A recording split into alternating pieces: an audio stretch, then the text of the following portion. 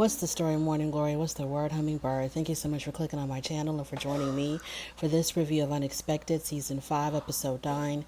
What you do is not hard. So I'm just going to talk about Kylen and Jason in this review, and then I'll talk about everybody else in another review. But I wanted to give Kylen and especially Jason my full attention. So they arrive at the birth center. She's about 40 weeks pregnant at this point. When she gets there, she even got a hug from the midwife. I haven't seen Jason touch her, rub her back, pat her on the shoulder, nothing up until this point. So the midwife says that Kylen is in labor, I think. She declined a cervical exam at the intake. So they're not sure exactly why she declined the cervical exam. Well, if you want to know why Kylen declined the cervical exam, you probably need to ask Jason, because I'm pretty sure he's the one that told her not to allow them to give her an exam. So because they're not able to give her a cervical exam, they're not able to determine exactly how far along she is in this labor process. So they normally will allow the mother to go into the tub where she's going to give birth in when she's about 6 centimeters dilated. And because they don't know how far along she is, they don't know whether or not she can go in the tub or not. So I think they just took it upon themselves, Kylen and Jason, just to get in the tub for some reason. So Jason gets in the tub with her because he's going to be delivering the baby. And I was like, oh my God. No, because can you imagine that if Jason had to deliver the baby, he'd probably get so impatient. Now, I know that he's not going to be the one actually like bringing the baby out, but I'm pretty sure whatever process that he would be involved in, I can just imagine him getting impatient and like pushing the midwives out of the way. And as soon as he saw the baby, probably just yanked the baby out because he's so impatient. He has no idea, he has no clue about labor and delivery, about what a woman goes through giving birth. He's a 18, 19-year-old boy, so he has no idea what the process is. So he should be the last one to say anything about anything in this process, but yet he was the one that said the most and made all the decisions. So the midwife asks her, do you want me to start filling up the tub? Kylen says yes. And then she looks at Jason and she says, are you good with that? Why are you... Anyways. So then Jason says, well, you better not poop in the tub. What a mature thing to say, Jason, that she better not poop in the tub. Yes, because just like she has control of when she goes into labor, she probably has control over bodily functions as she's pushing out a 5 to 7, 8 pound human. So the midwives prefer for the mom, like I said before, I kind of jumped ahead of myself, so I'm just going to say it again. The midwives prefer for the mom to get in the tub when they're about 6 millimeters dilated, but they don't know how dilated Kylen is because she refuses a pelvic exam. So they have to go by the contraction pattern to kind of figure out where she's at in labor.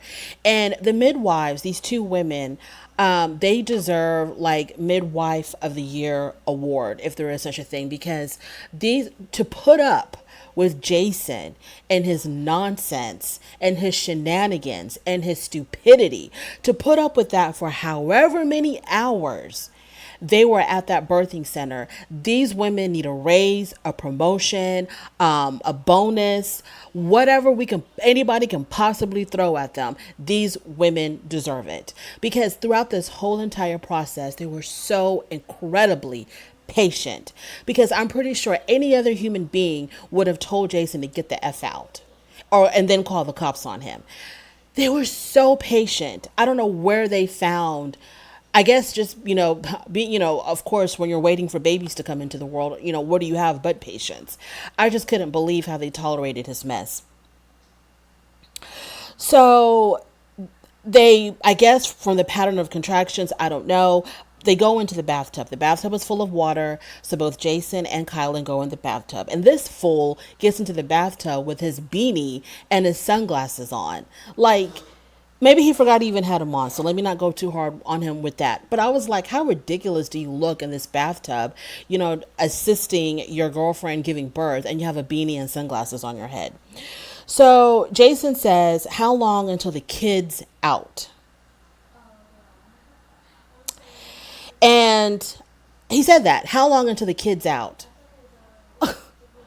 Jason, if you can do nothing else, can you at least, talk with some kind of decorum, with some kind of civility? How long until the baby's born? How long until she delivers? But no, he says, how long until the kid? And I'm not even going to say, oh, because he's only 18, 19 years old and he doesn't know and he's immature. No, no, no, no. You're 18, 19 years old. You've lived long enough on this earth to know the proper way and the improper way to form a sentence. It's not even a grammatical issue. It's just the fact that out of respect and just to be civil, you know how to talk, Jason. You know how to talk, or maybe you don't. Have you ever been on a job interview? Do you know like how to speak in public, how to speak properly in public, where you're not hanging out with your dumb friends out on the lake? Do you know how to speak properly around other human beings? Okay. So he says, how long until the kid's out? And I'm like, well, why don't you just ask Kylen? Because you claim that you think that she planned to give birth on this particular day, just to interrupt your precious sleep. So just ask her how long it's going to take before the baby's born, because you think she's in control of everything else. She's in control of when she goes into labor. She's in control of how much pain she is. She's in control of all of her contractions. So just ask her exactly what time on the dot is this kid going to be born. So the midwife once again asks Kylen if she's willing to do a cervical check. Once again, she says no. Oh no, she doesn't say no at this point. When she was asked again, she looks to Jason and she says, do you want to do that? That's what she said. When the midwife asked Kylen, the one who was in labor, if she can give her a cervical check, she turns to her Neanderthal and asks him, do you want to do that? So, sweetheart, you're the one with the cervix. You're the one with the parts that need to get checked. It's your body. It's you. They're asking you if you want your cervix to get checked. They're not asking him. They're asking you, sweetheart. They're going to be examining you. Why don't you answer? So I don't know what he said. He probably said no, because I don't think it ever got done. So 14 and a half hours later, she is still in labor. She is still in pain. She is still unmedicated. So Jason, by this time, he got tired of being in the tub with her. So he's out of the tub. She's still in the tub. He's way out of the tub. He got out of the tub. I don't know. He ordered food because he was sitting in a chair somewhere in the room and he's eating while she's in the tub in, excruciating pain. He's sitting by the window having his lunch because right now it's about 2:45 or so in the afternoon. So he's sitting there watching her, eating his lunch, literally licking his fingers. And I know this girl hasn't eaten, I don't know how many hours. And I'm not even saying that she's hungry because she's, in so much pain. But she hasn't eaten in how many hours. And here he is stuffing his face right in front of her while she's in the bathtub by herself. So she's screaming, she's crying. And while she's going through this, Jason, as he's sitting there in the chair eating, he's like, is he coming? Is he coming? Is he coming? She's begging for him to come help her, to come assist her. So he actually walks across the room to the tub that she's in with his food. And I know he walks there with his food because there's a scene of the food by the tub, on the rim of the tub. There's his food right there. So he actually got up, picked up his plate of food and brought it with him to the tub. He didn't get in the tub with her, but he just kind of stood there, looking at her. And Jason, I'm scared for you, sweetheart. I'm literally scared for you, Jason. Yes, I said it. I'm scared for you because if you don't change the way you are by the time of the tell-all or reunion or whatever they have at the end of the season, if you haven't changed for the better, you will need to be put into a witness protection program because, honey, they're coming for you. They are absolutely coming for you. You better change your address, your identity, get into the witness protection program, because the way you treated this girl in this one episode, if you haven't significantly changed by the tell-all, I don't know if we're ever going to hear from you again. So now let's take a break from that. Let's take a break from the birthing center and Kylen and Jason. And let's go visit Kylen's parents. So they're at home and they're getting updates from Jason's mother, Heidi. And they say that, they wish they could get updates directly, I guess, from Jason because, Kylen is busy in labor. I'm thinking they meant from Jason, but he's not going to contact them because they don't exist in his world. So the mom or the dad was like, yeah, I wish we could get updates directly from the kids, but we're getting them, second hand or third hand from Heidi. And they understand why they can't be there, COVID, blah blah, restrictions, so on and so forth. But if there was an emergency with their daughter, they're like, to hell with Jason, we're on our way. And Kylen, I was thinking to myself when I was watching the parents, I mean, her mother seems really soothing, very comforting. I'm like thinking to myself, Kylen, you could have had your mother there with you, helping you through this process, giving you words of encouragement, trying to make you feel better. But instead, you brought your Neanderthal with you. Why? You could have had your own mother there who would have done a million, your father probably could have done a million times better than the Neanderthal that you brought to the birthing center with you. And I'm just like, it was just breaking my heart how, because, birth obviously is so physical, but a lot of it could also be so mental. And if you're in the right state of mind, you can probably deal with what your body is going through a little bit better. But I know that this girl was stressed out from just being in labor, stressed out from her pet Neanderthal, that nothing was going to go right for her this night or this day, period. So back at the birthing center, Kylen is still in labor and she's like, I don't want to do this anymore. And then Jason says, well, then just push him out and you'll be done. That's what he said. That's what he said to her. Just push him out and we'll be done. As if she's trying to keep him in there on purpose. Like she's trying to prolong her pain on purpose. So Jason, you don't want her to take the epidural. You don't want her to take any kind of medication. Okay, whatever. But if you're not going to want her to take any type of medication to kind of ease the process, why don't you comfort her? Why aren't you there as, as true support and be there for her and like assist her, rub her back, rub her shoulders, rub her feet, do something. You don't want her to take any kind of medication, but then you also don't really want to be there for her either. So in his confessional, he says it didn't feel good seeing her in pain. So when he said that, I was like, oh my God, he's got like a tiny sliver of compassion in his heart when he said that, because it really looked like he could care less if she was in pain or not. He didn't care. It seemed like to me in this episode that Jason saw Kylen just as a vessel for his child to come through. That's all she was to him. Because he was always talking about, well, I don't want my son to get any medicine in his system, or just go ahead and push him out. As if to him, she was just this inanimate object where his child was going to come through or whatever.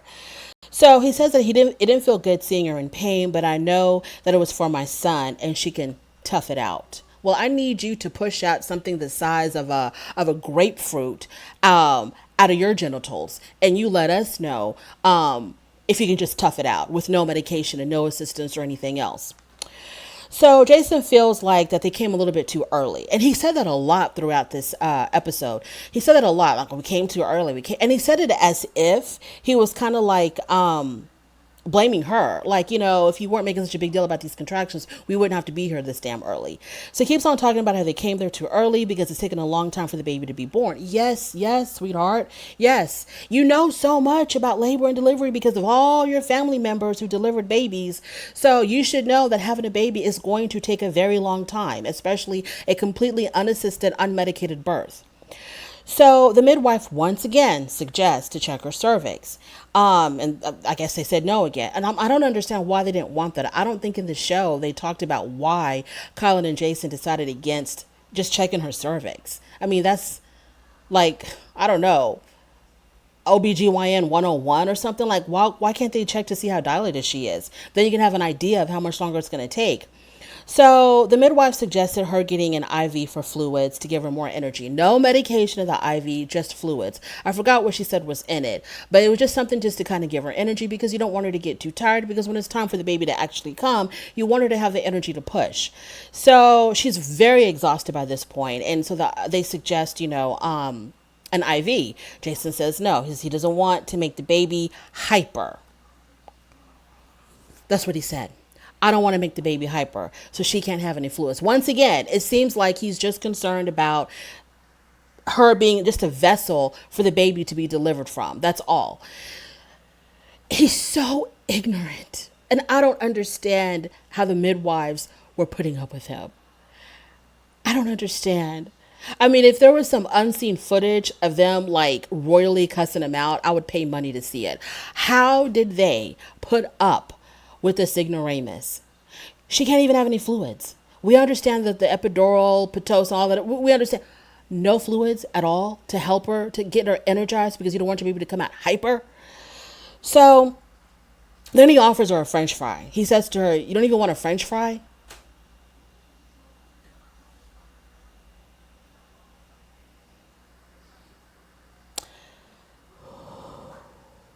Even though the midwives are proponents of natural delivery and they don't want, they're all about, natural, unmedicated, let your body do what it's supposed to do, let nature take its course. The midwives are huge proponents of that. They don't want to see anybody suffer. And they can clearly see that she's suffering. And they're like, they don't understand why put someone through this when they don't have to go through this. So Jason says in his confessional that, it's getting kind of fishy. He was getting suspicious of the midwives because they kept on pushing this whole IV thing. As if they were going to be pumping heroin into her. So he didn't understand, why they kept on pushing this whole IV thing after they said no several times, and they were trying to talk her into it. And then he says, I think she's just having contractions and overreacting. He said that on the couch in the confessional, and Kylen was sitting right next to him when he said that she was probably overreacting, referring to her, Kylen. The only thing, after he said that, the only thing I wanted to know is, Kylen, what kind of drugs are you taking that made you not immediately murder him right there on that couch when he said that you were overreacting with all the pain that you were going through and all the stuff that you were going through that day? And he sits there and he says to you, you were just overreacting. How did you control yourself and not choke the life out of him when he said that? Because the producers would have been prying my fingers off of his throat if he had said something like that and I was sitting next to him. She was overreacting. So in his confessional again, he says that it's not even that bad. It's not even that bad. Yes, because you've had the experience of pushing a grapefruit from your genitals without medication. So you know what it's like, what it's all about. So the midwives, again, they recommend an IV. And then Jason was like, you know what? I literally told them no. And they kept on, bringing up this whole IV thing. The midwives could tell that he's controlling her. So there was a time when they were telling the camera, the producers directly, they were saying that, this is not what we thought it was going to be. They were like, initially when we met them, we thought that they were both on the same page, but clearly we see that they're not. And so this is not something that they're used to, and they know that it's not going to, well, by now, obviously they know it's not going to go well. So now it's 11:45 p.m. She's been in labor for 24 hours. All interventions with the midwives recommended were all rejected. So now the midwives are really concerned about maternal exhaustion, which is a high risk situation, and they recommend for them to go to the hospital. So maternal exhaustion seems to be like an actual medical thing. And I guess it's when the mother is just spent. I mean, completely no energy, no nothing. And it leads to her also having high blood pressure. So they check her vitals. Her blood pressure is way too high. And so they recommend that they go to the hospital, and they want to call an ambulance. And Jason doesn't want to do that. He doesn't want to call an ambulance. And I'm like, I understand that the midwives can only do so much, once a decision is made, it's made by the patient, and they have the right to do especially in this type of a setting. But damn. So anyways, he doesn't want to go. He doesn't want to call an ambulance. Once again, he talks about how it's too early. And like I said before, it's like he's somehow blaming her for them coming to the birth center too soon. Now, the midwives couldn't help them because now she's in the high risk category. The midwives are great if you're having like a normal birth or as close to normal as possible. But once complications begin, like high blood pressure, you need to have like hospital intervention. They can't, it's beyond their realm. So they recommend that they go to to the hospital. Now, when they decide to leave, I guess they got kicked out or they made the decision to leave the birthing center. So they're on their way out. They're going to their car. It's, dark outside. And he's mad at them because he says that, they didn't do all the stuff that they promised they were going to do. Well, they were promising that they were going to do a lot of stuff for you. But you took none of their advice. Number two, they could only do what they promised to do in a normal situation. But because you took none of their advice, now you went from normal to high risk. And what did they do wrong? Why are you blaming them? So in his blood, and I know that the way he was treating Kylen, I know that had a lot to do with her blood pressure going up. I understand that the difficult labor that she was in, the maternal exhaustion, I know all of that added into it. And maybe I would say 10% of what caused her to have high blood pressure was Jason all the way through. So this is not a normal birth situation, so they can't follow through with what they promised Jason. And then I truly believe that you drove her into getting high blood pressure with your lack of compassion, your lack of understanding, and the inability to support your partner when she's going through this very difficult process. That probably also contributed to her high blood pressure. So as they're outside, they're going in the car. He wants to go home. Okay, homeboy wants to go back home. And she's like, no, we're not going home. We're going to the damn hospital. And on the way home or wherever they were going, because we don't know until the next episode, he said that he doubted that she was even in labor, or either in the car or on the confessional couch or wherever. He said that he doubted that she was even in labor. And then he started cussing out the birthing center and the midwives. Oh my God. We're watching this guy like once a week. Kylen lives with him 24/7. She lives with him 24/7. How does she put up with him? How? He's ignorant. He's stupid. He doesn't know anything. And this is the guy that you chose to procreate with, Kylen. And it comes to a point, it's like, okay, whatever. Jason is who he is. But what baffles my mind is that someone would voluntarily choose to procreate with someone like this. Now I'm beginning to question Kylen. I've always been questioning Kylen, but now I'm questioning her even more. Girl, if you don't leave this situation, you need to break up with him like right then and there. Like, go get you a taxi, an Uber or whatever. Call your parents, call your in-laws, tell them to come and pick you up and take you to the hospital and be like, we're broken up. I'm not with him anymore. Yes, I'm breaking up with the father of my child on the day that I go into labor. Yes, that's exactly what I'm doing. And it would be so understandable. If she would have taken a 4x4 and like whacked him upside the head, I wouldn't even be mad. And I'm not even about violence. I wouldn't even be mad because the way he treated her in that birthing center, it was unfreaking believable. And the producers, the cameramen, I don't know how they control themselves in this situation when they see someone being treated like that and someone acting like that. Kylen, please, for all that's holy, leave this idiot alone. It's bad enough this is the father of your kid. It's bad enough that you're connected to him for life. I feel so sorry for you, girl, but you still have time to get out of this controlling, abusive relationship. You're being abused. You're a victim. This is abuse. 1,000% abuse. You're in the time where you need his help more than at any other time in your life. You're giving birth to his kid, and this is how he's treating you. Not grateful, not appreciative, not supportive, not compassionate, not sympathetic, none of that. Is he out yet? Is he coming? Just push him out and we'll be out of here. And he's only like 18, 19 years old. Like, how, child? Anyways, that is my review. I need to stop talking about this guy because I'm getting my blood pressure is going up. Thank you so much if you made it this far in this review. I really do appreciate it. On your way out, please don't forget to rate the video. Don't forget to subscribe, and I will definitely talk to you later. Bye.